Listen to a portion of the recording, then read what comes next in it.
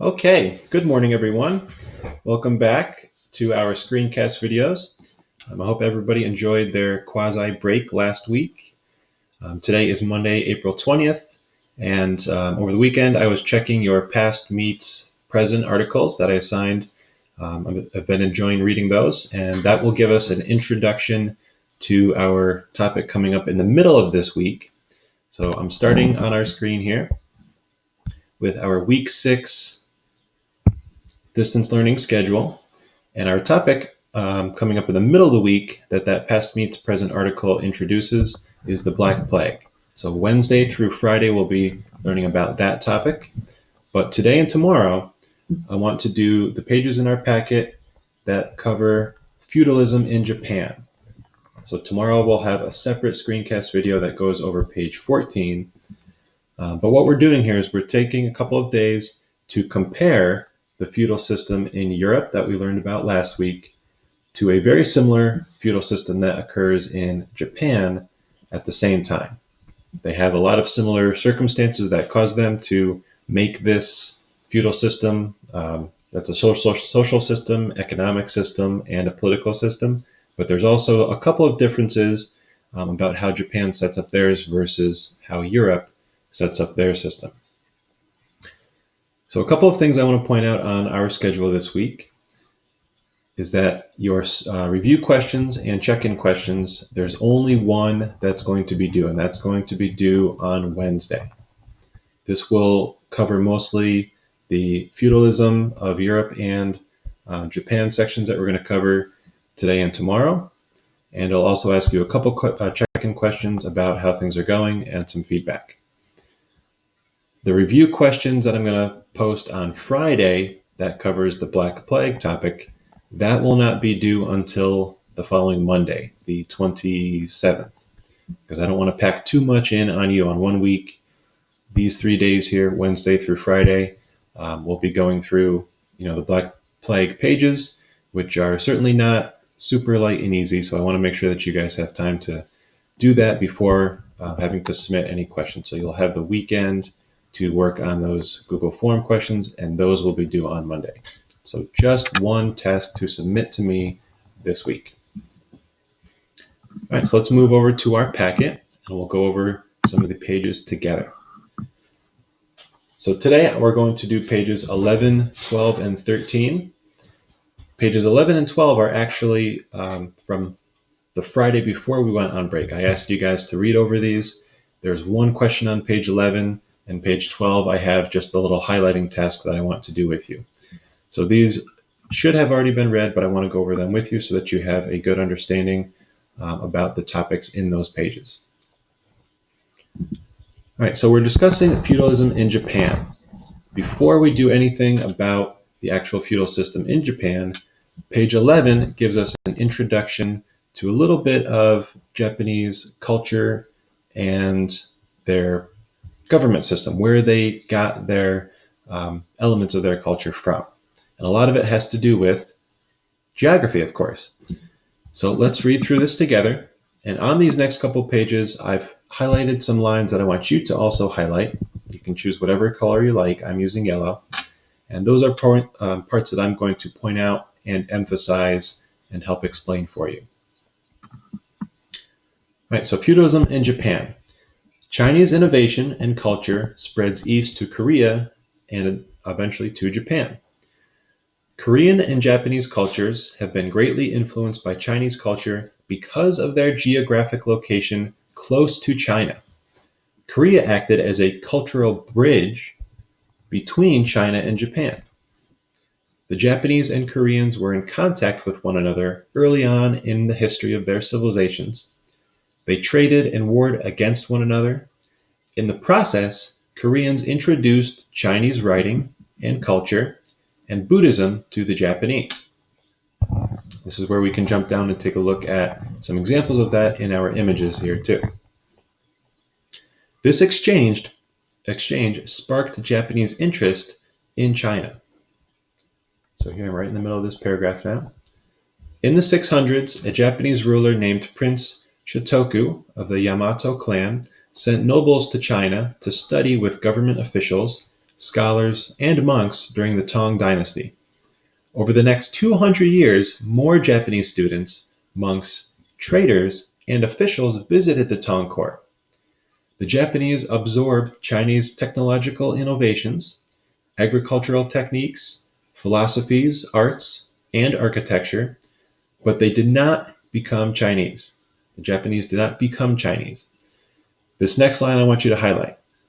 Instead, the Japanese practiced what we call selective borrowing by accepting some Chinese practices into their culture and modifying them to meet their needs, but choosing not to adopt other practices, for example, like the Chinese civil service exam. So one good illustration of this idea is right down here in the writing image. You look at Chinese writing, the characters that are part of Chinese script, and you look at an example of Japanese writing. Look at each of these characters. They're very similar, but they have some differences as well.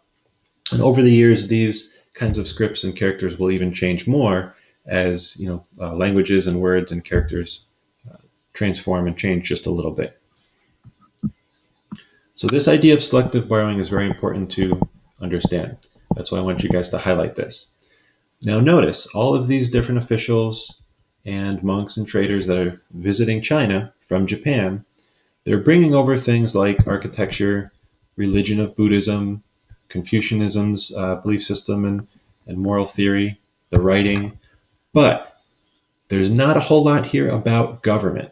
Confucianism is the closest thing to an idea of government, a government that's in this image. We're going to see on the next page that Japan develops a government that's very similar to the feudal system of Europe. The only thing that the part of government that they reject from China is the civil service system. If you remember when we learned about this earlier in the year, the Chinese had a exam, a test that anybody in China could take. If they studied and were able to pay for the exam, they could pass that test, and that allowed them opportunities into government jobs that paid really well, that offered respect and status. So because that test was open to anybody, that offered people in China social mobility. They could improve their lives by taking that test and getting a better job. One of the things that we learned about in feudalism in Europe last week is that the feudal system was very strict. It was a very rigid social class system. There was not a lot of social mobility. So the Japanese that kind of reject this idea of the Chinese civil service system, that will transform into them adopting feudalism as well. So we have one question on page 11, and I'll jump over to our slide so that we can answer that together.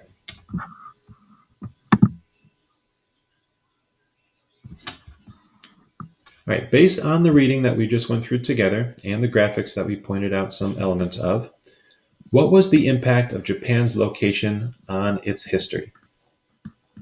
So if you want, you can pause the video here and think about that or jot down a possible answer of your own.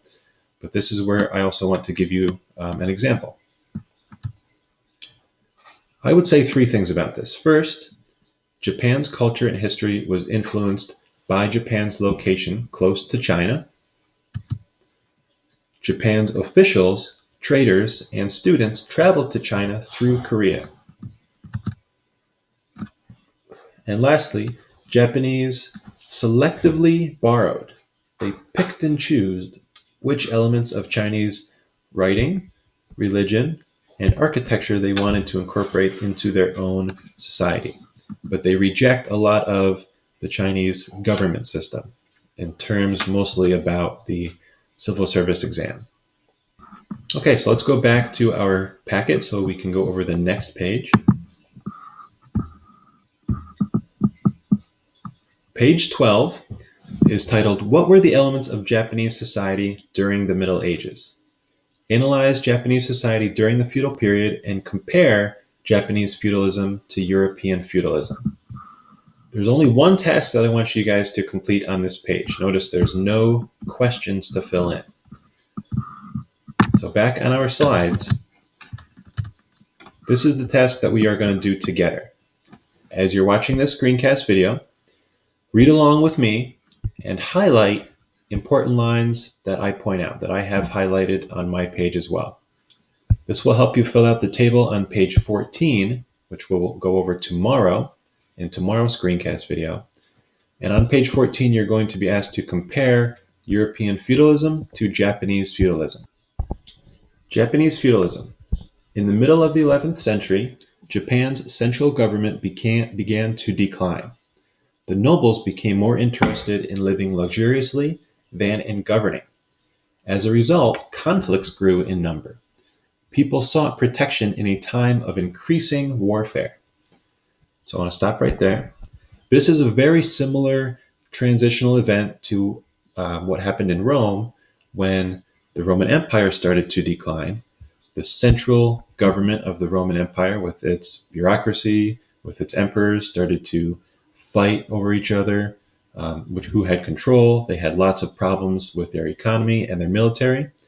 And as the Roman Empire falls, all of the people kind of went out into the countryside, started to try to live on their own and start new, smaller towns and governments. And there was a lot of danger, a lot of conflict between these different groups because there was no large central government to offer protection through a military and through organization. So for the same reason of feudalism developing in Europe because of the fall of a great empire, Japan's central government at the time declining, that also creates a similar situation of conflict and warfare. And just like in Europe, where Charlemagne came along to offer a larger system to help them protect themselves and organize themselves, that system becomes feudalism. Japan will also start to develop a system of feudalism. So let's continue right here. This period of Japanese history is what made up feudalism, a form of decentralized government, meaning no one person holds power over an entire region or country. Japanese feudal society was divided into classes. Nobles were at the top, ruling with a class of warriors called samurai.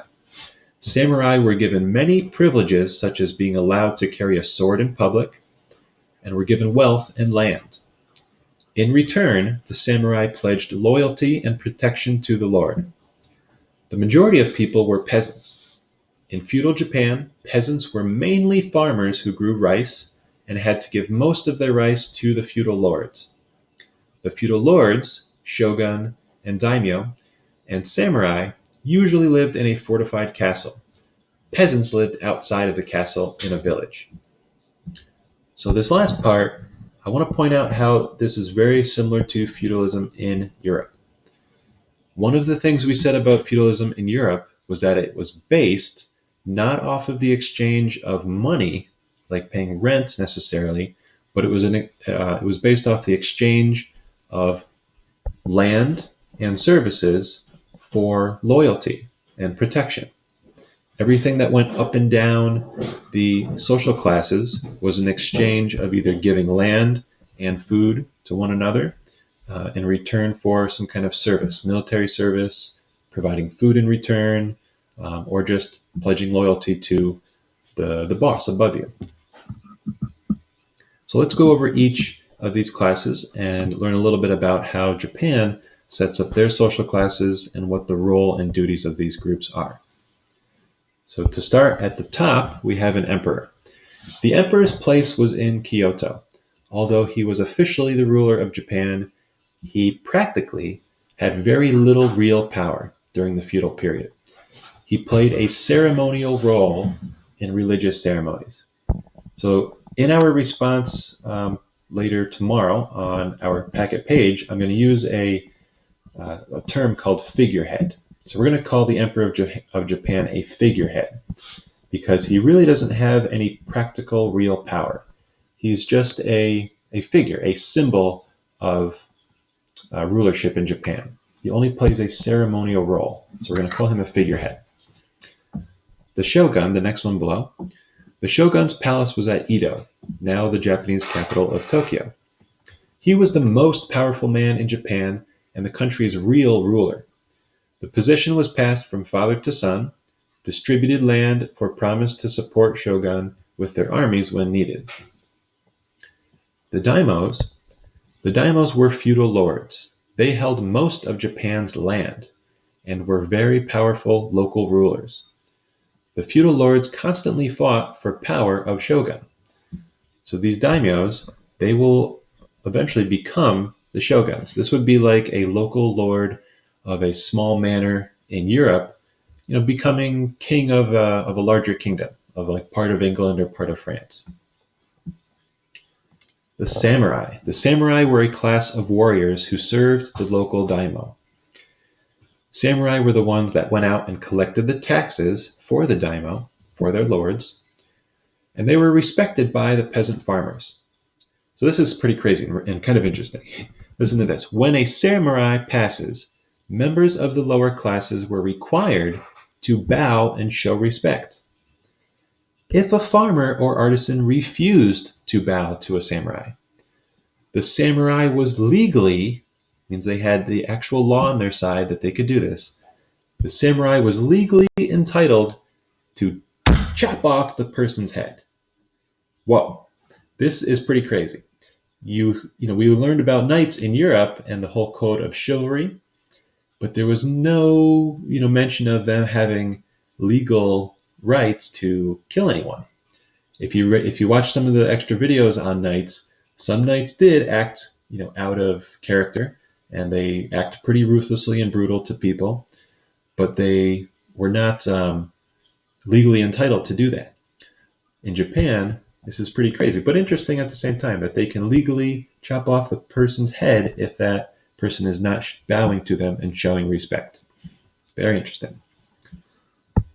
Our next group, the farmers, merchants, peasants, and craft workers.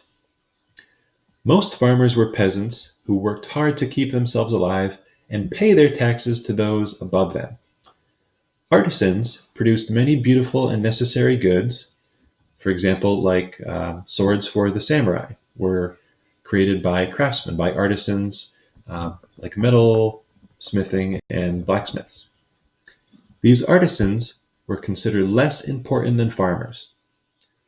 Even skilled sword makers lived in seclusion to prevent peasants from having access to weapons.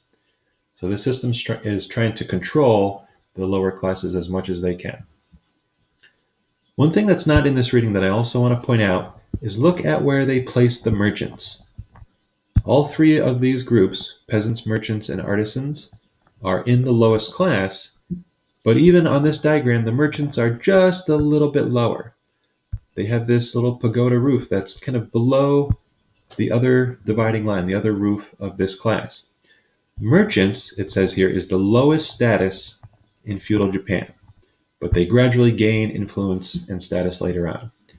The reason why merchants are considered even lower than peasants who are growing food and artisans that are making swords and other items is because merchants did not make anything themselves.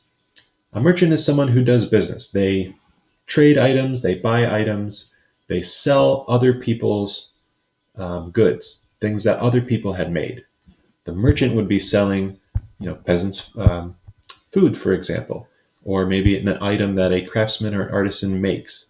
So merchants were considered less valued. They were kind of looked down upon because they didn't produce anything themselves. They only sold, bought, and profited off of other people's items.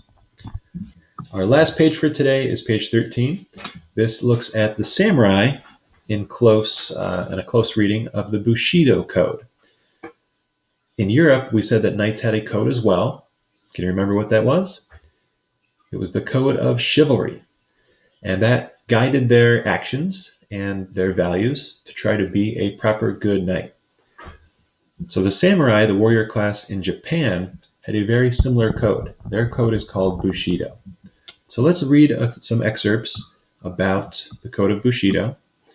And what I want you to do is to underline or highlight the way I have here. You can pick any colors you want, because we want to point out how this code of the samurai created guidelines for a good soldier. And in our second question, how the code of samurai creates guidelines for a good person. So let's read through these elements and we'll underline which ones we think are elements of a good soldier and elements of a good person. The first one says, I have no parents. I make the heavens and the earth my parents. I have no divine. I have no godly power. I make honesty my divine power. I have no magic power. I make personality my magic power. I have no eyes. I make the flash of lightning my eyes. I have no ears. I make sensibility my ears. I have no limbs. I make being on time my limbs. I have no laws. I make self-protection my laws. I have no strategy. I make the right to kill and the right to restore life my strategy. I have no principles. I make adaptability to all circumstances my principle. I have no friends. I make my mind my friend. I have no enemy. I make lack of judgment my enemy. And I have no armor. I make kindness my armor. I have no castle. I make immovable mind my castle. So I've highlighted the elements of a good soldier in orange and the elements of what might be a good person in pink. So as we look at these, we're going to use some of these in our response to these questions. So let's go over to our slide so we can fill this out together.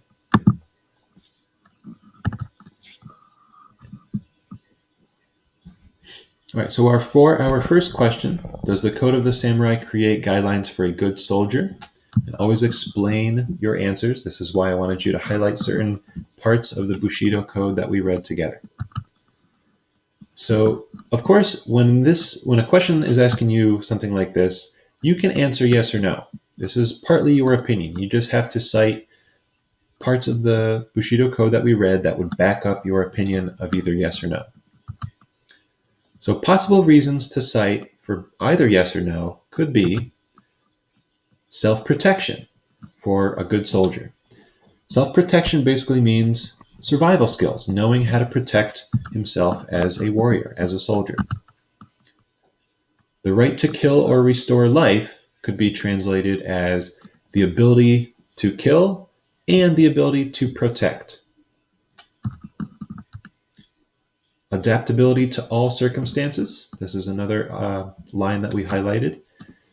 This means that a soldier is able to have skills and the knowledge of how to survive. They can adapt. They can make quick decisions regardless of what is happening around them and be able to survive and make the right decision in time of battle or in time of confusion. Lack of judgment, my enemy, can mean wisdom to make the right decision. So this line of kindness, my armor, immovable mind, my castle, this can translate basically to mental strength. Of course, the samurai does have armor, as we saw and pointed out in this picture up here. But having kindness in their mind and having a strong mind, like an immovable mind, saying immovable mind is my castle, they're describing mental strength. For our second question, does the Code of Samurai create guidelines for a good person? Let's point out some lines from the Bushido Code that can explain a possible yes or no answer for this question. So some lines that we highlighted for a good person, personal traits, are heavens and earth my parents. This basically means that they have service, loyalty, and show honor to not only religion, the heavens, but to their family as well. That's why it says heavens and earth my parents. Honesty my divine power. This line is pretty straightforward. It just means that samurais were always expected to be honest. Honesty is certainly a good personal trait to have.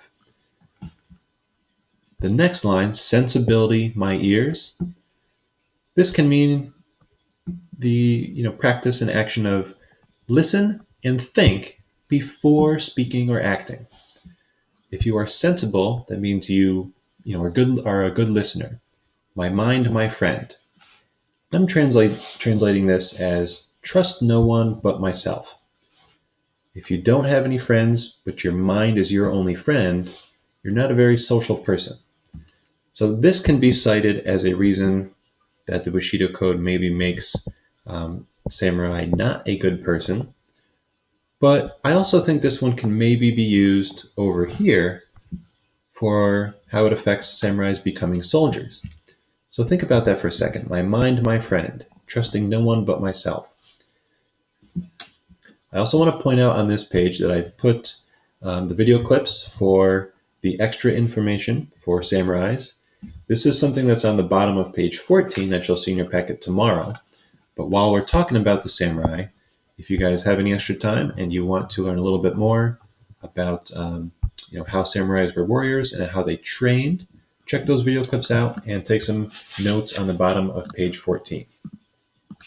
All right, we have one more question about how women were treated in Japan, and especially underneath the Bushido Code. So let's go back to our packet page 13 so we can read that section together. So let's read this document together and then answer the question about how rule number 11 from the Hojo Code, whether or not we think it's unfair, yes or no. Japanese feudal society and treatment of women. Japanese feudal society was different from European feudal society in two major ways. In Japan, there wasn't any use of chivalry. Chivalry was the code of conduct for our European knights. So in Japan, there was no use of chivalry. And chivalry, we know, put women on a romantic pedestal, as if they were fragile, weak, and inferior beings. Instead, in Japan, warriors expected their women to be as tough as they were and accept self-destruction out of loyalty, which means commitment, to their lord or to their family. Does this remind you of any other values on women that we've learned about before? Think about that for a second. In Sparta, one of the city-states of Greece, their women were also expected to be very physically fit, very tough. They were expected to be able to fight if Sparta was ever invaded itself. So this is very similar to how Spartan women were expected to be tough. Japanese women were also expected to be tough. So let's read Rule 11 of the Hojo Code. It comes from around 1232 CE to learn one very specific element of how women were treated underneath the Bushido Code. In cases of serious crime, treason, and murder also, stealing, night attacks, robbery, and the like, the guilt of the husband extends to the wife too. So consider that for a second, and let's look at our question. Is rule number 11, the fact that the guilt of the husband extends to the wife if the husband is caught making a crime of treason, murder, stealing, robbery, etc., do we think that that is unfair? Is Rule 11 from the Hojo Code unfair? Why or why not? This is our last question for today, and I'm going to kind of leave it up to you, because this is another opinion question, but really it depends on your perspective, how you answer this. So answer yes or no, but consider two things before you write your answer down. So consider these perspectives. You can answer this based on your perspective as a modern day American, but also you could answer this from the perspective and values of a Japanese person in the Middle Ages. So that's your opinion based on what perspective you want to answer it from. And that is all for today, guys. That finishes off the pages that I wanted to go over. Tomorrow, we will do a screencast video where we compare the European feudal system to the Japanese feudal system. And this will be our last topic on Japanese feudalism and feudalism in general before we go on to the Black Plague on Wednesday. So tune in and check your Google Classroom tomorrow as well for the screencast on page 14. And then I look forward to going over the bubonic plague with you, which will have, of course, a lot of really good connections to what we're going through today with the COVID-19 coronavirus. If you guys have any questions as you're going through this, please send me an email. But I hope you guys have a good day. Stay happy, stay healthy, and stay positive. Bye-bye.